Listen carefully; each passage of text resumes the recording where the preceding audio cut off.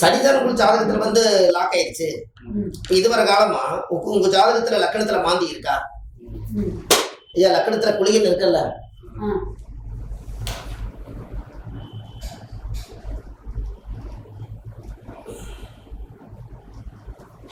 பாருங்க இங்க லக்கணத்துல குளிகன் இருக்குல்ல, அது உங்க ஜாதகத்திலுமே இருக்குமே. குளிகனாலும் ஒண்ணுதான், மாந்தினாலும் ஒண்ணுதான். உங்களுக்கு மாந்தி போடாம விட்டாங்க தெரியுதா? ஆமா, லக்கணத்துல குளிகன் இருக்குது உங்க ஜாதகத்துல. இப்படி இருந்துச்சுன்னா மாந்தினா பிரேத சாபம்னு அர்த்தம். பிரேத சாபம்னா உங்க முன்னோர்களுக்கு யாரோ ஒருத்தர் வந்து அந்த காலத்துல யாரோ ஒருத்தர் உங்களுடைய ரத்த சம்பந்த உறவு தான் எங்கேயோ விலாசம் தெரியாம போய் இறந்து போயிட்டாரு. அந்த இறந்தவருக்கு உண்டான ஈவ காரியத்தை நம்ம வம்சத்துல யாரும் செய்யல. அது செய்யாதனால அந்த கர்மவனை நம்ம அந்த ரத்தம் தான் நீங்க எல்லாம் அந்த பிரேத சாபம் உங்களை பாதிக்குதுன்னு. இந்த லக்கணத்துல மாந்தி இருந்து பிரேத சாபம் இருந்தா கோயிலுக்கே போனாலும் புண்ணியம் இல்லை. வீட்டுக்குள்ள பணத்தை படுக்க வச்சுட்டு சாமி தீர்த்தத்தை கொண்டு வீட்டுல தெளிச்சா புண்ணியம் வருமானு. அப்ப இத கொண்டு போய் அடக்கம் பண்ணிட்டு வந்தா தானே வீட்டுக்குள்ள எல்லா சக்தியும் வரும். அப்ப உங்க வீட்டுக்குள்ள மாந்தி இருக்கா இல்லையா? மாந்தி இருக்கு, இல்லாம எங்க போச்சு? உங்களுக்கு பிரேத சாபம் இருக்குதுங்க ஐயா. அதை சரிப்படுத்தாதனாலதான் வறுமையை விட்டு வெளியே வர முடியலன்னு. என்னென்னமோ தொழில் படி பார்த்திருப்பீங்க வாழ்க்கையில. போகாத கோயில் இல்ல, கும்பிடாத சாமி இல்ல, என்னாத பணம் இல்ல. நம்மளும் என்னென்னமோ நேர்மையா வாழ்ந்து பார்த்திருப்பீங்க. இந்த கர்மா உங்களை லாக் பண்ணிருச்சா இல்லையா?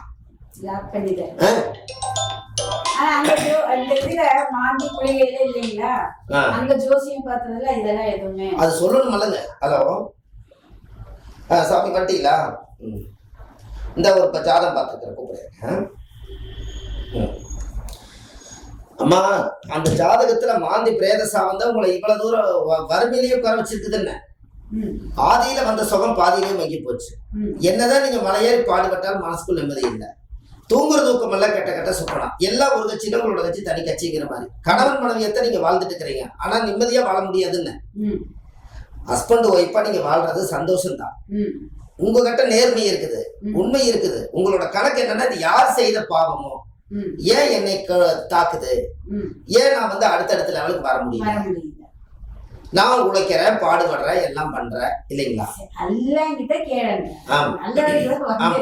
தெரிஞ்சுக்கங்க. 9 வயசுல இருந்து துணிக்கடை வச்சிருக்காங்க. அது வந்து பாடுபட்டுட்டே இருக்காங்க. 62 வயசு ஆகுது, இன்னமும் வர முடியாதுங்க. அவரோட வயசு வந்து 62 61 ஆச்சுங்க. 61 வருஷமா இந்த ஜாதகத்துக்கு நீங்க நல்லா நினைச்சு பாருங்க. எத்தனை திசை தாண்டி வந்திருப்பீங்க. பிறக்கும் போது சித்திர நட்சத்திரம் செவ்வாய் திசை நீங்க பிறந்தீங்க. செவ்வாய் திசை முடிஞ்சு, ராகு திசை முடிஞ்சு, குரு திசை முடிஞ்சு, இப்ப சனி திசை முடிஞ்சு, இப்ப புதன் திசை நடக்குது. 5 திசை நடக்குது. ஏதாவது ஒரு திசையாவது நம்மளுக்கு ஒரு பலாபலன் கொடுக்க வேண்டாமா? அப்ப என்ன காரணம் கேட்டீங்கன்னா, அந்த காலத்துல முன்னோர்கள் வந்து என்ன சொல்லிக்கிறாங்கன்னா, குழுகன் இந்த வீடு குட்டிச்சவர்னு சொல்லியிருக்காங்க. குழுகன் இந்த வீடு குட்டிச்சவர். அப்ப குழுகைன்னா மாந்தி. இந்த மாந்தியோட சாபம் யாரெல்லாம் ஜாதகத்துல இருக்குதோ அவங்களுக்கு ஒரே பரிகாரம் என்னன்னா, உங்க வழியில யாரோ ஒருத்தர் போய் எங்கேயே இறந்து போய் அந்த ஊர்ல அனாதியாட்ட எடுத்து அடக்கம் பண்ணிட்டாங்கல்ல, அதுக்கு பதிலா உங்க ஜாதகத்துல அந்த மாந்தி பிரேத சாபம் வந்ததுனால நீங்க ஒரு அனாதி பாடி எடுத்து அடக்கம் பண்ணிட்டீங்கன்னா உங்களுக்கு அந்த கர்ம வினை அன்னையோட முடிஞ்சு. புரியுது உங்களுக்கு? இது வரைக்கும் யாராவது சொல்லியிருக்காங்களா? என்னதுங்க? அதாங்கம்மா, இந்த ஜாதகத்துல கர்மவினை வந்து உங்களை லாக் பண்ணி வச்சிருச்சு.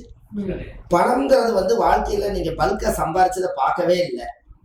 இன்னைக்கு சரியாயிரும், நாளைக்கு சரியாயிரும், நாளானைக்கு சரியாயிரும் உங்களை நீங்களே ஏமாத்தி பேசம் போட்டே வாழ்ந்துட்டீங்களே ஒழிஞ்சு ஒரிஜினலா வாழ முடியலையேன்னு. அதுக்கு என்ன காரணம் கேட்டீங்கன்னா, நீங்க விருச்சிக லக்கணத்துல பிறந்திருக்கிறீங்க. நல்ல பேசக்கூடிய திறமையுள்ள மனிதர். சித்திர நட்சத்திரம், அது துலா ராசி. துலாம்னா தெராசு, நீதி நியாயம் நேர்மையினே வாழ்ந்திருப்பீங்க. இது எல்லாமே இருந்து கூட இந்த 5 திசை கடந்து 61 வயசு ஆகியும் கூட ரிட்டையர்ட் ஆகியும் கூட நம்ம இன்னும் முன்னுக்கு வரலைன்னா, அப்ப இதை விட ஒரு பெரிய கர்மா ஒண்ணு ஜாதகத்துல லாக் ஆயிருக்க இல்லையா? இது எப்ப நீங்க தெரிஞ்சிருக்கணும்? கல்யாணத்துக்கு முன்னாடி தெரிஞ்சிருக்கணும். என்னங்கம்மா? கல்யாணத்துக்கு முன்னாடி நீங்க தெரிஞ்சிருந்தா நீங்க உங்களுடைய அப்பாவுடைய சொத்து யாருக்கு வருங்க? மகனுக்கு வரும்.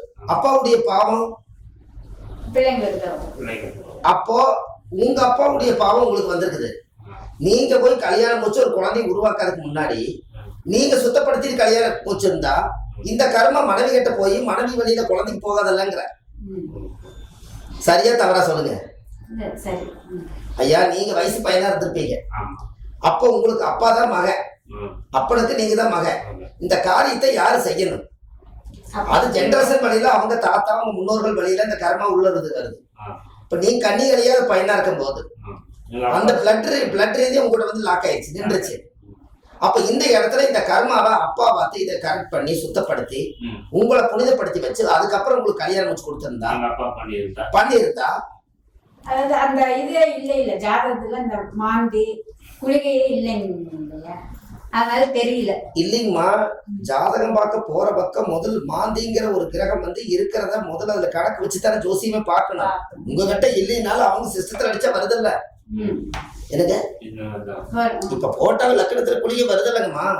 அப்ப லக்கணத்துக்குள்ள மாந்தி இருந்தா அந்த ஜாதகத்துல அந்த கிரகத்தை வந்து நம்ம சரிப்படுத்தணும்ல. அப்ப அந்த கர்மாவோட வாழ்ந்துட்டு இருக்கிறீங்க. இப்ப வரைக்கும் உங்களால மேல வர முடிஞ்சதுங்களான்னு? இதுக்கு நீங்க கோயில் போகாம இருக்கிறீங்களா, குலத்தை கும்பிடாம இருக்கீங்களா, குலதெய்வ வழிபாடு பண்ணாம எல்லாமே நடக்குது. அதுக்கு தான் நான் சொன்னேன். இப்ப நாளைக்கு மீட்டிங்ல ஜாதகம் ஏன் வேலை செய்ய மாட்டேங்குதுன்னா இந்த கர்மனாலதான், உங்க ஜாதகத்தை சுத்தப்படுத்த முடியாதனாலதான் இதை லாக் பண்ணி வச்சு இந்த கர்மாக்குள்ளேயே உங்க காலம் போயிடுச்சுன்னு சொல்றேன். புரிஞ்சுங்களா? இது வந்து உங்க ஜாதகத்துல முன்னோர்களுடைய சாபத்தை பண்ணின வேலைதான் அது. முன்னோர்கள் சாபம்னா எல்லாரும் என்ன நினைச்சுக்கிறாங்கன்னா ஏதோ ஒண்ணு சாபம் சத்தி விட்டுருப்பாங்க, அதோட தாக்கம் வந்து நம்மளை பாதிக்குதுன்னு நினைக்கிறாங்க. அது மட்டும் இல்லைங்க, இந்த முன்னோர்கள் வழியில ஒரு பிரேதம் வந்து அடக்கமாயிட்டா, அந்த காலத்துல பிரேதம் ஒண்ணு இறந்துட்டா கல்யாணத்துக்கு கூட சொல்லிட்டு வாங்குறாங்க. ஆனா இறந்தா சொல்லாம வந்து அடக்கம் பண்ணணும். அதானே ஒரு கல்யாண காட்சின்னா நான் போய் அழைச்சாதான் வரணும். ஒரு இறப்புன்னா காதல கேட்டாலே அதே நல்ல மனுஷன் ஐயா போயிட்டாரா அப்படின்னு நினைச்சு மாலை கோடி கொடி எல்லாம் போடணும். நம்ம எல்லா வேலையும் விட்டு போட்டு நம்ம நேரம் கிளம்பி நம்ம போய் ஆக வேண்டிய காரியத்தை பார்த்து அந்த ஆத்மா சாந்தி பண்ணிட்டு வரலான்னு எல்லாரும் ஒரு ஆதகத்தோட அழுது குழம்பி போறோம். அப்பேற்பட்ட இதுக்கே வந்து ஊரே சேர்ந்து ஒரு பாடி எடுத்து அடக்கம் பண்ணுது. அப்படி உங்க வம்சத்துல பிறந்தவர் அனாதைய ஒரு பக்கம் போய் இறந்தா அது யார் கண்டுபிடிச்சு அதை செய்யறது தெரியல. இந்த மாந்தி வந்து தொட்டு காட்டுது. பிரேத சாபம் இருக்குது, பிரேத சாபம் இருக்குதுன்னு சொல்லிக்கிட்டே இருக்குது. ஒவ்வொரு வம்சத்திலையும் இந்த ஜாதகத்தை நீங்க எடுத்து பாருங்க, எல்லாத்துக்கும் லக்கணத்துல மாந்தி இருக்கு. இப்ப உங்களுக்கு மட்டும் இல்ல, உங்க சித்தப்பக்க பெரியப்பக்க இருப்பாங்க இல்லைங்க, அவங்க குடும்ப ஜாதகத்தை வாங்கி ஒரு 5 பேர் இருந்தாங்கன்னா 5 பேர்த்துல ஒரு ஜாதகத்தை வாங்கி பாருங்க, அதுல ஒரு மாந்தி இருக்குன்னு லக்கணத்துல. இது எல்லாமே அந்த காலத்துல வந்து செத்தா வந்து பங்காளினுக்கு தோஷம் தானே. கோடி கொள்ளி போடுதினால அந்த காலத்துல என்ன சொல்லிக்கிறாங்க, கொள்ளி வைத்தோர், குடமுடைத்தோர், குளிமேட்டுக்கு மண்ணு தள்ளினோர், வாக்கரிசி போட்டோர், மொட்டை எடுத்தோர், இறை எடுத்தோர், எண்ணெய் அடப்பு வைத்தோர், இவங்களுக்கு எல்லாத்துக்கும் அடப்பு தோஷம் வருது. அத்தனை பேருக்கு தீட்டு. ஒரு கோயில் குளத்துக்கு போகாதீங்க, குலதெய்வம் கோயில் போய் சாயம் போடாதீங்க, இதெல்லாம் சொல்றாங்க. அப்ப அந்த காலத்துல வந்து இன்னைக்காவது வந்து விஞ்ஞானம் இருக்குது, நம்மளுக்கு நிறைய பஸ் வசதி இருக்குதுங்க, வண்டி வாகன வசதிகள் இருக்குது.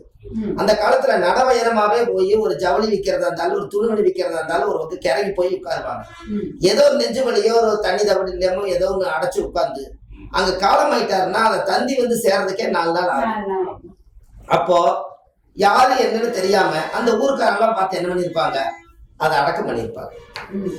அதை அடக்கம் பண்ணும் போது அந்த ஆத்மா என்ன நினைச்சிருக்கு, இத்தனை பேர்த்தோட நான் பிறந்து நான் அனாதையை இறக்குறேனே அப்படின்னு வந்த ஒரு சாபம் தான். அப்பதான் இவர் கருவில் அடையிறாருங்கன்னு. இவர் கருவில் அடையிறாரு. அந்த கருவில் அடையும் போது இந்த லக்கணத்துல மாந்தின்னு இந்த பிரேத சாபம். இது கேரளாவில் இந்த மாந்திக்கு ரொம்ப முக்கியத்துவம் கொடுப்பாங்க. குழுக தோஷத்துக்கு ரொம்ப முக்கியத்துவம் கொடுப்பாங்க. கர்மாவே அங்கிருந்து ஆரம்பிக்குதுங்க. சூரியனுடைய மகன் சனி, சனியினுடைய மகன் மாந்தி. பேரனாகுதப்போ சூரியனுக்கு பேரனாகுதல்ல. அப்ப இதுவரை காலமா உங்க வாழ்க்கையில இந்த தோஷம் உங்களுக்கு இருக்கிறதுனால முதல் வேலையா ஒரு ஜிஹெச் ஆஸ்பத்திரியில இந்த மாதிரி ஜீவசாந்தி பண்றவங்க நிறைய பேர் இருப்பாங்க. அவங்க இந்த ட்ரஸ்ட்ல சொல்லி வச்சீங்கன்னா அவங்க கண்டிப்பா நம்மளுக்கு ஏதாவது வாய்ப்பு கொடுப்பாங்க.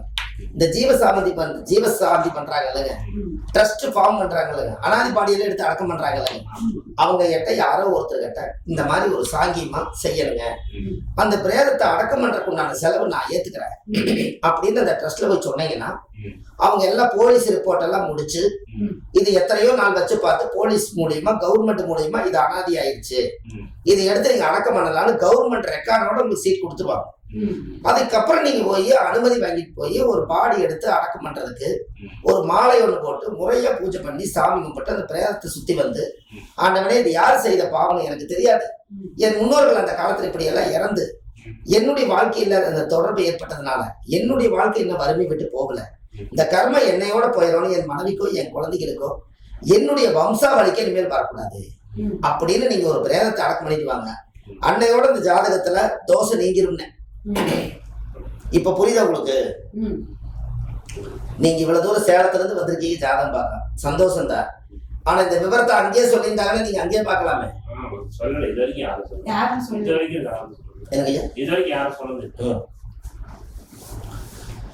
அப்ப இந்த கர்மா உங்களை சுத்ததுங்கிறத நம்ம நீட்டா கண்டுபிடிச்சிட்டோமா இல்லையா? அப்ப இதை கண்டுபிடிக்கிறது இவ்வளவு காலமா இருக்குது உங்க ஜாதகத்துல. அப்ப நீங்க எப்படி மேல வருவீங்கன்னு வர முடியலையே. இதான் ஜாதகத்தோட ரோல். அப்ப நீங்க வந்து என்ன பண்ணணும் அப்படின்னு கேட்கறது இல்லாம இப்போ விவரமா சொல்லணும் இல்லங்க, என்ன நடக்குது. உங்க ஜாதகத்துல 2ஆம் இடம் முடக்காய் போயுமே இப்படியே நீங்க வாழ்ந்துட்டு ஏதோ ஒரு புண்ணி இவரை காப்பாத்திட்டு இருக்குது. குடும்ப அங்கீகாரம் இவரு தானே, அதானே? இந்த 2ஆம் இடம் குடும்பஸ்தானமே உங்களுக்கு முடக்கில் போய் லாக் ஆயிடுச்சுன்னா குடும்பங்கிற அங்கீகாரம் பேருக்கு இருந்து வாழ முடியலையேங்க.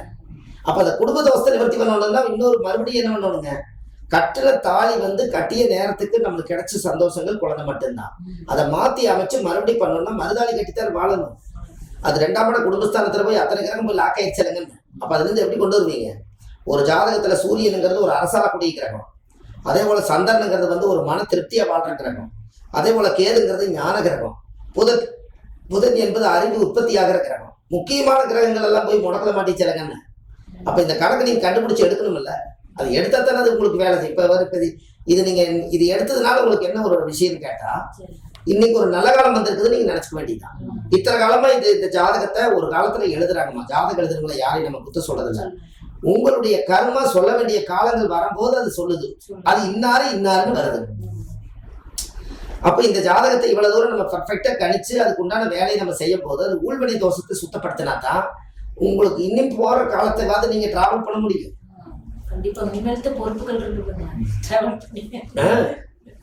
இல்லைங்கம்மா, ஒரு காலத்துல கல்யாணம் மூச்சு வச்சோன்னீங்க குழந்தைகளுக்காக கொஞ்சம் வாழணும்னு சொல்லி அதுக்காக காலம், அப்புறம் கொஞ்ச நாள் படிப்புக்காக காலம், அதுக்கப்புறம் இனி அதுகளுக்கு ஒரு கல்யாண காலத்தை ஒண்ணு பிடிச்சிடலாங்கிறாங்க. எல்லாம் பண்ணிட்டாங்க, எல்லாத்துக்கும் கடமையே வந்துட்டா நாம எப்படி நிம்மதியா வாழ்றதுங்க?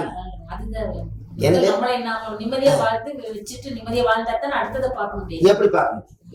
நம்ம நிம்மதியா வாழலாம்னா இப்படி பணத்தை தேடி ஓடுறதோ தொழிலை தேடி ஓடுறதோ ஓடிக்கிட்டே இருந்தா காலம் ஓடிக்கிட்டே தான் இருக்கு. எங்கேயாவது ஒரு இடத்துல நம்ம நின்று நமக்காக 1 வருஷம் 2 வருஷம் 5 வருஷமாவது நிம்மதியா நம்ம வாழ்ந்து முடிச்சா தானே கடைசி காலத்துல ஒரு ஆத்ம திருப்தி அடையே. ஆத்ம திருப்தி அடையாத வாழ்க்கை எப்படி வாழ முடியும்? அதைத்தான் அந்த கர்மா காமிக்குது. அப்ப உங்க ஜாதகத்துல அந்த போன ஜென்மத்தினுடைய அந்த ஊழ்வினை கர்மா தோஷம் உங்க ஜாதகத்துல இருந்தது 25 வருஷத்துக்கு அப்புறம் அந்த ஜாதகத்தை நீ கண்டுபிடிக்கிறீங்க. 97 கல்யாணம் ஆச்சு. 97 இருந்து கணக்கு போடுங்க. 2007 2017 இருங்கய்யா. 18 19 20 21 22 23 16 வருஷம் 26 வருஷம் ஆக போகுதுங்க. 26 வருஷமாயி இந்த பூர்வ ஜென்ம கர்மாவை இன்னைக்கு தான் கண்டுபிடிக்கிறீங்க. அப்ப அந்த கர்மாவே கண்டுபிடிக்க முடியல. அந்த காலத்துல என்ன சொன்னாங்க, தர்மங்கள் செய்ய செய்ய கர்மங்கள் குறையுமா, தீர்வுன்னு எந்த பக்கடி இல்ல. 2 பேருமே நம்ப செய்வாங்க. ஊர்லயும் சரி டெய்லி எனக்கு ஒரு கருப்புனா இது. நான் பாபா வந்து 11 வருஷமா கும்பிடுறேன். வந்தோடனே சீரடி இப்பதான் 1 மாசத்துக்கு முன்னாடி போயிட்டு வந்தேன். கருப்பு நாய் வந்து டெய்லி என்னை பார்க்க வந்துடும். வெளியில நான் ஒரு நாய் வளர்த்துற வீட்டுல பெருசாங்க, அது இல்லாம என்னை பார்க்க வந்துடும். அதுக்கு என்னால என்ன முடியுதோ டெய்லியும் போட்டுருவேன். என்னை சுத்திக்கிட்டு அங்க இருக்குங்க. அதான் வந்தது அதான் அங்க இருக்குது. அது மாதிரி ஊனம் முட்டுறவங்களுக்கும் சரிங்க, வேலை செய்யறவங்களுக்கும் சரி, என்னால என்ன முடியுதோ அந்த இதுல தான் இன்னைக்கு வரைக்கும் வாழ்ந்துட்டு இருக்கேன். அதனாலதான் இந்த கர்மாவெல்லாம் வந்து கொஞ்சம் தர்ம வழியில போனங்க. இல்ல இதெல்லாம் நீங்க அம்மா இதெல்லாம் இருந்ததுனால ஏதோ நாம அந்த ஒரு கொடிய நோயில சிக்காம இருக்கு. பேச மாட்டோம். என்ன காயம் விநாயகர் கோயில் கட்டுறதுக்கு ஒருத்தர் வந்து கேட்டாங்கன்னு சொல்லி யூடியூப்ல பேசுனீங்க. கோயில் ஒருத்தர் நான் கட்ட முடியுமா என்னன்னு வந்து உங்களை கேட்டேன். தரிசனம் பாக்குறதுக்கு எல்லாரும் வந்து வந்தாங்க. சொன்னீங்க. நான் பக்கத்துலயே விநாயகர் கோயில் வந்து அது வந்து சிதிலம் அடைஞ்சிருச்சு நம்ம வீட்டு பக்கத்துலயே. அந்த அந்த கோயில் வந்து எடுத்து கட்டோன்னே எல்லாம் இங்க ஒருத்தர் சொல்லுவாங்க, பங்காளி எல்லாம் அப்புறம் ஒட்டுக்க ஒரு 4 பேர் 4 கருத்து சொல்லுவாங்க. அதை வந்து நம்ம எஃபெக்ட் போட்டுங்க பண்ணி டெய்லி வந்துங்க யாரையும் டீ கொடுக்காம அனுப்ப மாட்டேன். நான் டெய்லி 10 பேர் 5 பேர் வேலை செய்வாங்க. 3 வருஷம் செஞ்சு இந்த கோயில 3 வருஷம் தர்மம் பண்ணிக்கிறீங்க. 3 வருஷம் 20 பேர் 10 பேருங்க. சாப்பாடு பண்ணி போட்டு நம்ம பசங்க தான் எல்லாம் பண்ணாங்க. அவங்களுக்கு எல்லாம் சாப்பாடு டீ காஃபி ஒருத்தர் கூட விட மாட்டேன் பண்ணிடுவானுங்க. அந்த கோயிலுமே இங்கதான் நம்மளுக்கு பூண்டில இங்கிட்ட வந்து அடிச்சிருங்க திருமருகம் போட்டு வந்து அடிச்சுட்டு அந்த பையன் கூட நீங்க வாழ்த்தி இப்போ ஒரு லேடியா இருந்து நீங்க இவ்வளவு தூரம் பண்ணிக்கிறீங்கக்கா, நல்லா வருவீங்க ஒரு நாளைக்கு அப்படின்ட்டு போனா அந்த இதுலதான் வந்து இவ்வளவு நாள் வாழ்க்கை ஓடிட்டு இருக்குன்னு எனக்கே தெரியும். உண்மை அதுதாங்க. இந்த ஜாதகத்துல தர்மம் செய்யலைன்னா இருக்கிற தோசை அப்படி பாதிக்குமில்ல. அடுத்தவங்களை திருப்தி படுத்துறதா என்னோட இது. ஆனா இன்னைக்கு வந்து என்னை நான் வந்து இது எப்படி பண்றதுங்கிறது புரியாம இருக்கிறேன். அடுத்தவங்க மனசு நோவர மாதிரி பேச மாட்டேங்க. இன்னைக்குமே தப்புனா தப்புன்னு சொல்லிடுவேன், கட்டினா அது யார் என்னை பத்தி நினைச்சாலும் சரி. ஆனா வந்து சங்கடப்படுற மாதிரி யாரையும் நான் சொல்ல மாட்டேன், பேச மாட்டேன். அடுத்தவங்களை திருப்தி பண்றதே என்னோட வேலை.